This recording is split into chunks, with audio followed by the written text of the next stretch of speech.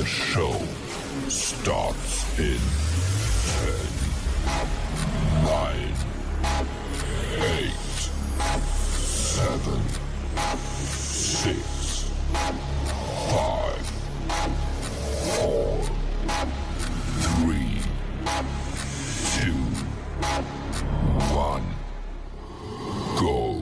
Whether you're new to sales or a lifetime veteran, the Blackbelt Sales Podcast will sharpen your sword and guide you to master the art of sales. And now, here's your host, the ninja himself, Gene Slade.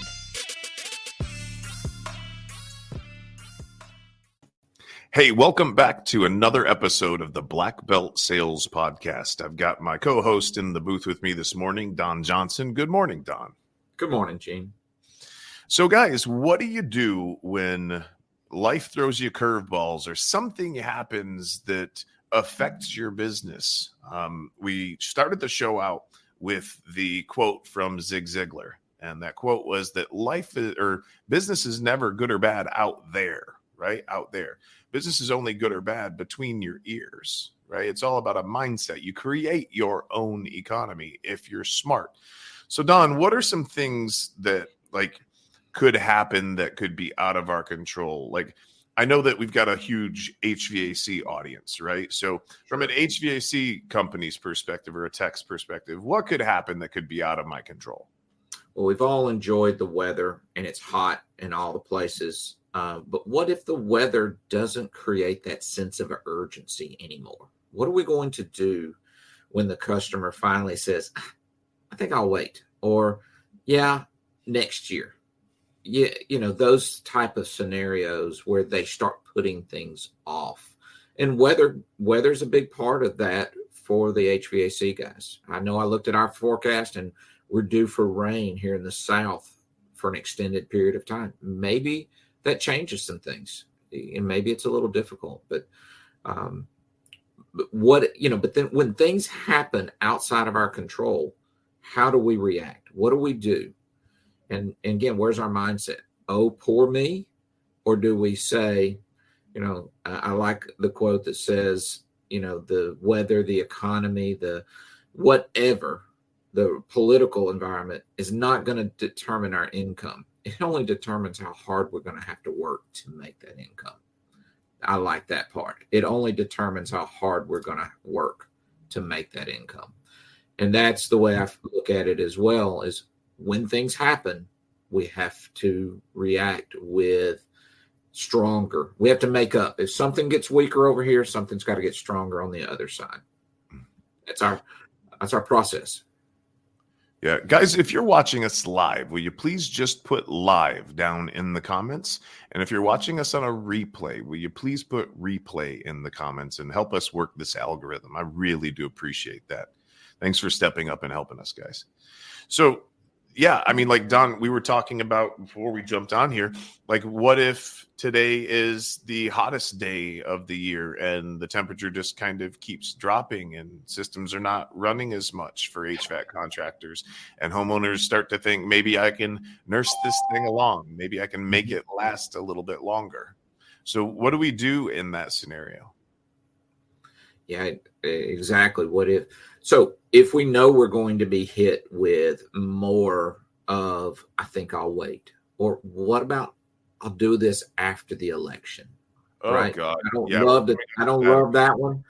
I don't see how that is going to affect the everyday business, but people will use it as an excuse. So if we know that those are coming and we don't prepare for it, it's on us. If you know you're going to get an objection and you refuse to prepare for it, or think I'll just wing it when the time comes along, that's on us. That's on you. That's the result.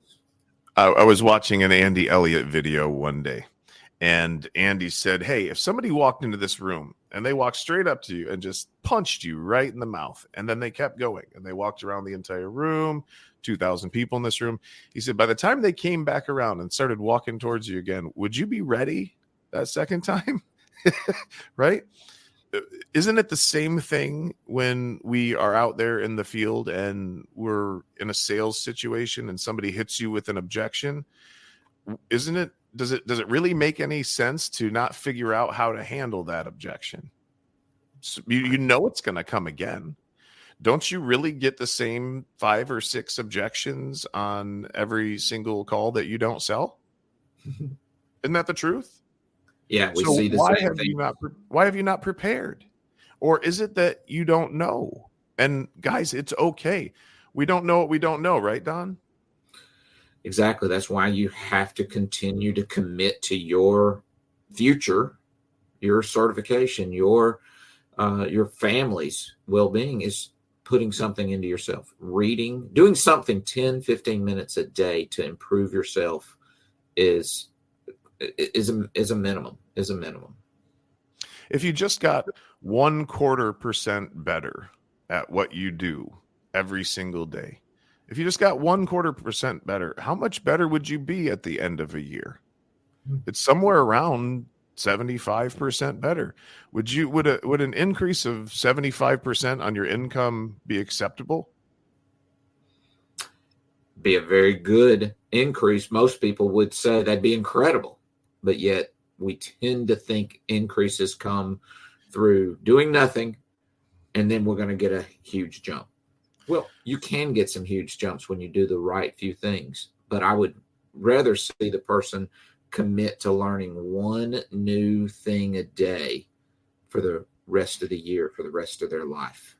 That is where growth occurs. So you know you're going to get these objections, guys. You know you're going to get them. You've been getting them your entire career. You're going to start getting the I'm going to wait until after the election to see what happens with the election type of objection.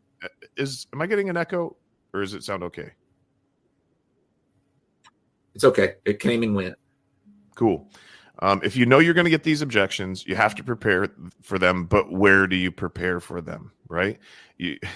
So a great place to prepare would be what's trickling across the bottom of the screen here right now.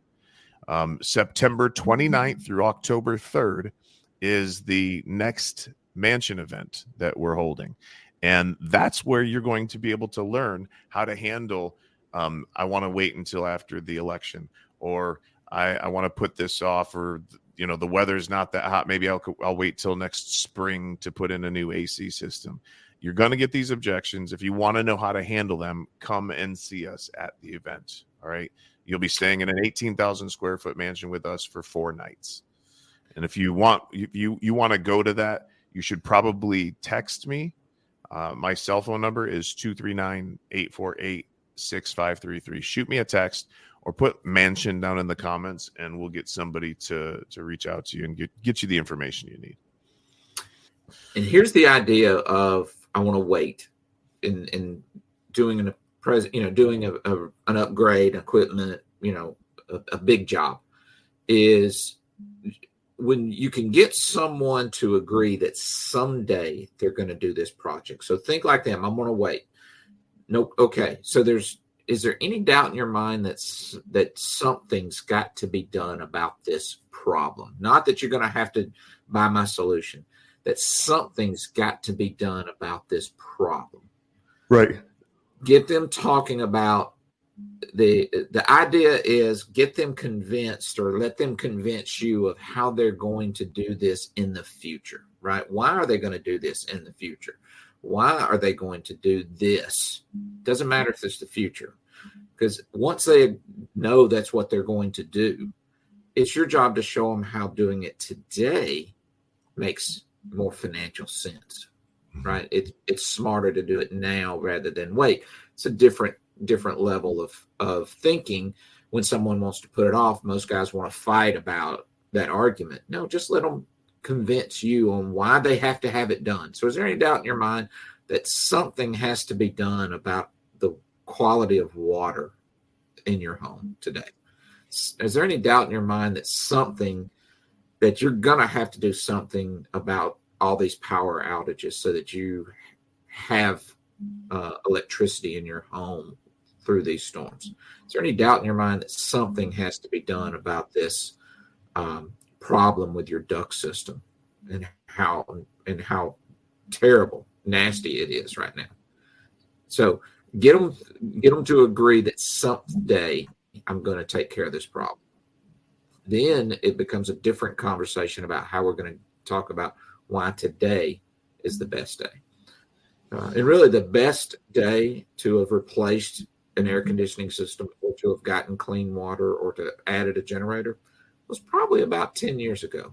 But the second best day is today. Right? Yeah. Things are much more expensive. Had they done it 5 years ago, it'd have been substantially cheaper. So doing it today will be substantially cheaper than doing it in 5 more years. And then you can show why you believe that to be the case. And there are plenty of reasons, right? Plenty of reasons to talk about that. Yeah. Is there any doubt that something needs to be done? That this problem, and a lot of times people hear when I say that as keep talking about, is there any doubt in your mind that you're going to do that you've got to replace your air conditioner, or that you've got to buy a new air conditioner? They want to talk about the solution, and it's not. You have to say, is there any doubt that you've got to do something about this problem? Right. I know in my local groups, we're getting posts almost every day about water quality and testing, and people saying the water smells bad in this community or that community.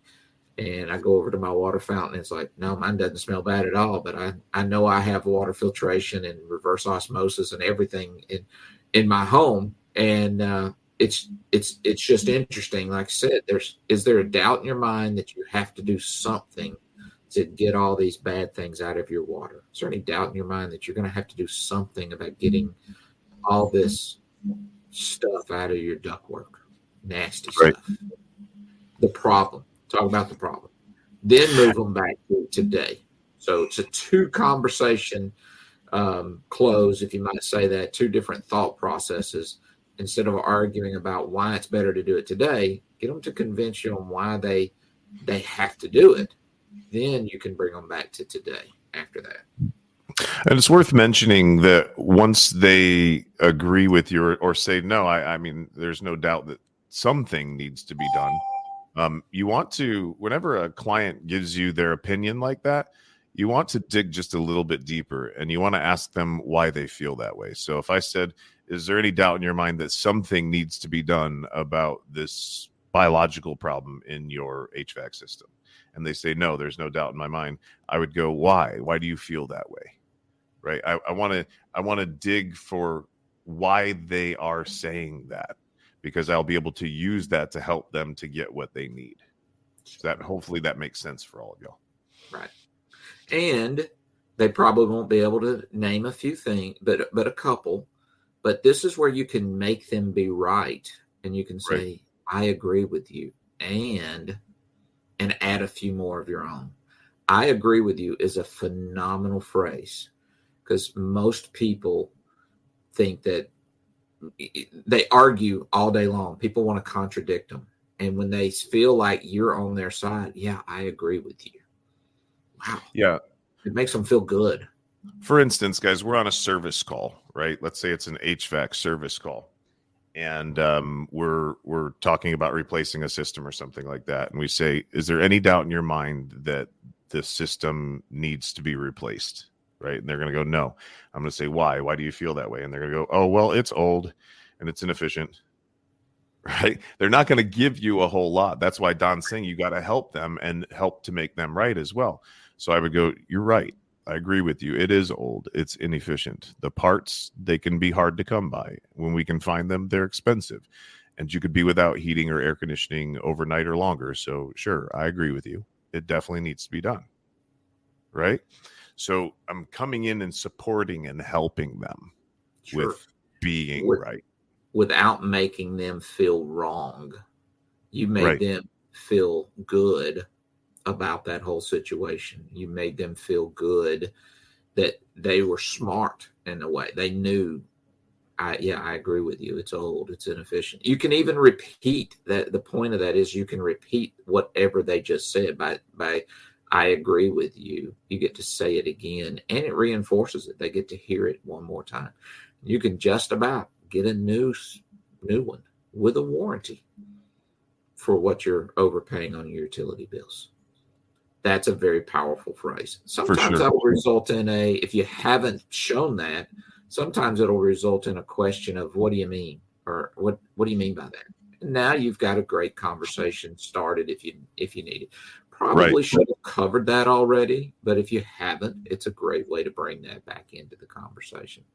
You can just about get a new one with a warranty for what you're overpaying on your utility bills. So yeah, I agree with you. Something's got to be done about this old furnace, this old air conditioner, this old ductwork.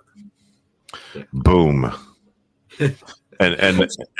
and now we've got some other directions that we can go based on what the client says. You know, we could be looking at justifying a price that's too high. Maybe the real objection is the price. Maybe we roll into a return on investment clause or something like that. It just depends on what the client says. Exactly. And if you want that blueprint, if you want that map, if you want that guide, the objection guide, make sure that you hit us down in the comments and say, hey, I need to learn how to handle objections. Well, we've got a lot of things in the news right now. Political, obviously, this whole assassination attempt over the weekend. The news is going to try to just bombard you. And I will tell you that as a professional, you have to know a little bit of what's going on out there. You don't have to be the experts at it, because you really don't want to start these conversations with your clients. But if they want to go there, you have to not have this lost look on your face, this confused feeling. So you need enough of this information just so that you know it exists. But then you got to turn it off. So if you're riding around, hopefully listening to this podcast on between calls, but you're riding around and you're listening to some of the talk shows and the political and the news coming out of the whatever. Even in a few weeks, we're going to be starting to hear a whole lot more sports talk. Us guys, we love to hear our sports talk. And we love to have that going on. Go Gators. War Eagle. But we will say that, in a professional career, you have to turn that stuff off, and you have to turn up the things that make a difference in your life and your family's life. In this career, in your business, however you look at it. And that is, stay focused on what matters. Get enough of that so that I know it exists, turn it off, and get back to the things that you need to have in your positive thoughts. Manifest this next sale. Everybody trusts me. Everybody buys from me. Everybody trusts me. Everybody buys from me. Manifest the best day of your life, best career day of your life, by just having a positive attitude, right? That's what you're pulling up and hearing the latest news, political, sports, it's not the right mindset. Turn all that off and go straight into that call with hopefully listening to Gene's last podcast on return on investment close, or how to handle a money objection, or your price is $3,000 too high. All this information's out there. You just simply have to keep feeding it to your mind right before you really need it. Right? I remember in school, I'd make my study sheet, and like 10 minutes before the test, I went back through my study sheet one last time because it's fresh on my mind. I'm ready to take this test. But as a sales career, so many guys don't do that. They have all this material. They have Eugene. They have all their stuff, and then they're listening to sports talk. Yeah. And talking to their girlfriend or family or whatever as they pull up on the call. This was a very good piece of advice that was given to me in 2008 when crazy stuff was happening with the economy, and it was hard to get money. People weren't loaning money. One of my doctor friends said, "What are you listening to during the day?" And I was like, "Well, I listen to, talk radio and stuff." And he's like, "Dude, you got to turn that stuff off, because it's going to drag people down. What's happening right now politically is consuming people, right? And whatever you're thinking about during the day is going to affect your performance. So guys, when you turn the keys in that truck in the morning, put something on that's actually going to benefit you, right? And then Don, you were talking about that cheat sheet, the notes and stuff, right? That I used to do that too. The problem with treating your career that way is, did you really remember that stuff the next day? No, you put it in your short-term memory, right? Sure. Guys, becoming good at sales is just like becoming good at wrestling or a sport, right? Or let's say that you're a shortstop in baseball. How many grounders did your coach hit you to prepare you for what was going to happen in the game? And what did that create? You had to do something over and over and over and over and over and over again to get good at it, right? Do you think that communication is any different? Somebody once told me that I'd only ever be worth about 30 or 40 bucks an hour with my hands. But if I use my words, that there was no ceiling. And I feel so sad for some of the technicians out there, Don, that have got this screwed up perception of what sales and communication really is, because they have chained themselves to the Titanic, right? Guys, you need a lot more money to retire and stop working than you think you need. And I'm just so concerned for some of these. You know what I'm talking about, Don. You go into these groups and we have reels or ads in these groups, some of the real technical groups, and just the mindset and the attitude of a lot of the technicians in the trades is really, really sad. And it makes me sad for them because they have a misconception of what sales is all about. I had a friend who was an installer and never wanted to be a salesperson. But then one day he went out on a call with a salesperson and saw that salesperson was able to help a client with a problem. And he said, I never really realized that sales was really just going out and helping people with problems. And that's what you do as a technician every day. Why wouldn't you increase your acumen? Why wouldn't you increase your skill of communicating with a client and listening to a client? Do you think learning how to listen to somebody is bad? Is that a bad thing? Would that negatively impact your life? What do you think, Don? Yeah, maybe I went on a resin trip there, but I just jokingly say that putting things into your own, you got to continue to work. I was thinking about the home run derby last night. You think the guys that got invited to the home run derby, this is the first time they've ever swung the bat? Yeah. Right? They don't get invited to the big leagues, and this is the first time they've ever been on a baseball field or whatever. Those guys have played well, yes, but they have hit practice off the tee and they have swung the bat thousands of times to get to go out and do it 40 times in the home run derby or whatever their number was. And that's the way it is in a professional career, is you may have to practice your price is too high, or I want to think about it hundreds of times just so that you get to go use it once today. Once.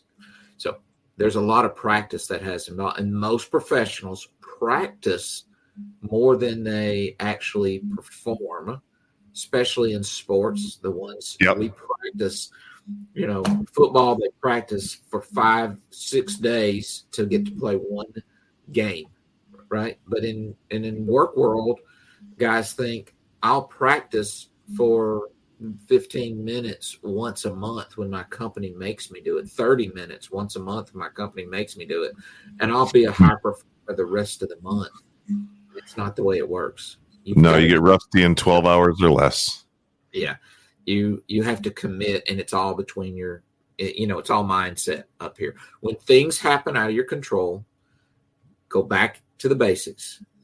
Stay positive about, I can do this.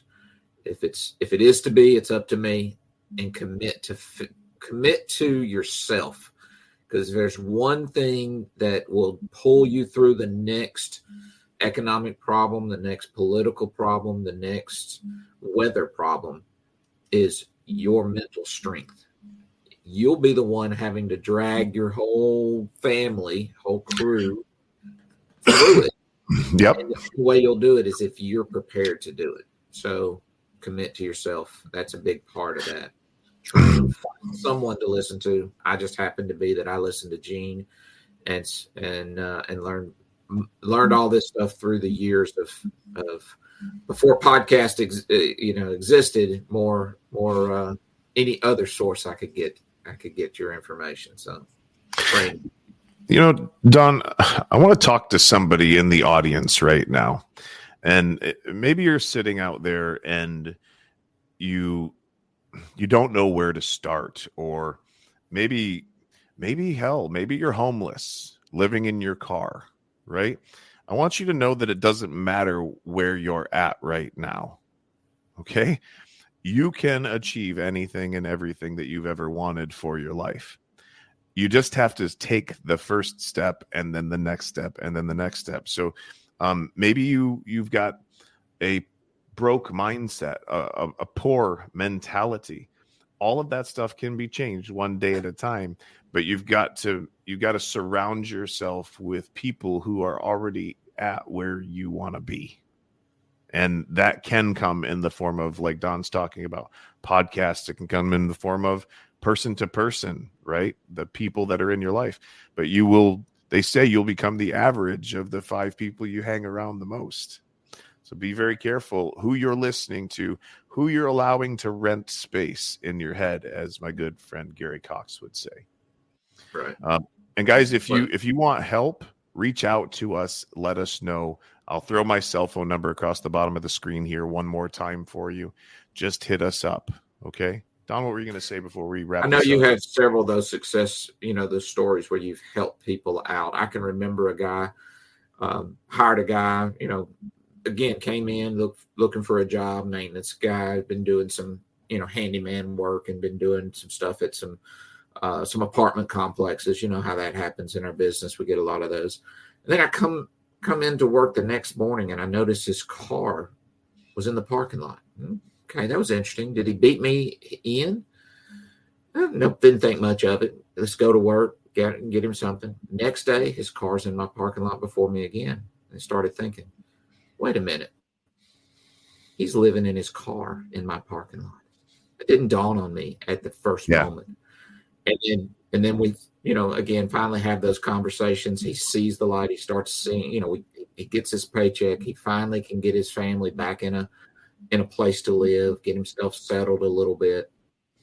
And then I don't know if it was many months later, but a little while later, 6 months later, I'll say, but some sort of time frame, he comes to me and says, I've saved $10,000. Do you have any ideas on what I should do to invest this money? And I'm like, man, this has been a great thing to feel good. And that's hardly a story compared to the ones that you've had or the ones that members of our Leading Ninja certification groups. And it's just amazing the things that can happen when people give you a chance and you take that opportunity and make the most of it, right?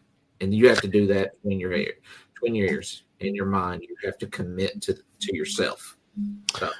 Yeah, Eric shared with us this morning.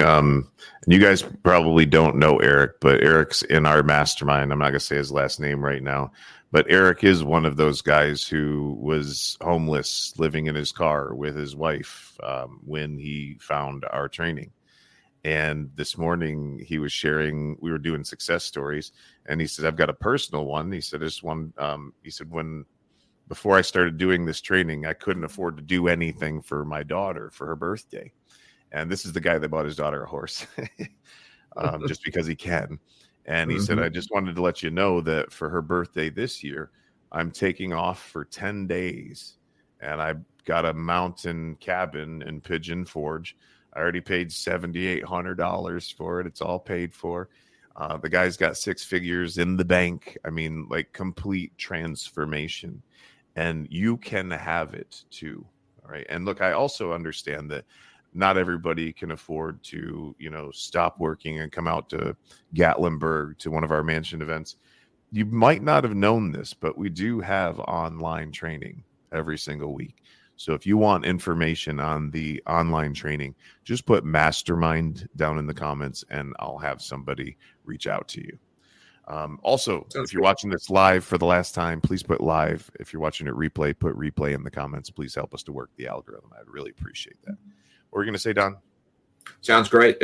Looking forward to more and more sessions with these guys, a couple hours a week, success stories. Sometimes it's a challenge, and we can learn just as much or more from our failures as we do our successes. And that becomes a great conversation. So 100%. Yeah. Justin, we will have somebody reach out to you and get you whatever information it is that you want, sir. Appreciate you putting that down in the comments. Sounds great. All right. Thank you, guys. Well, yep. Until next time, this has been a great episode of the Blackbelt Sales Podcast. If you are on Spotify or listening on Apple Podcasts and you haven't reviewed the show, given us 5 stars yet, man, that would mean the world to us if you shot over and just gave us a quick review. Until next time, ninjas, have a great day. Love you guys. Bye. Thanks, Gene.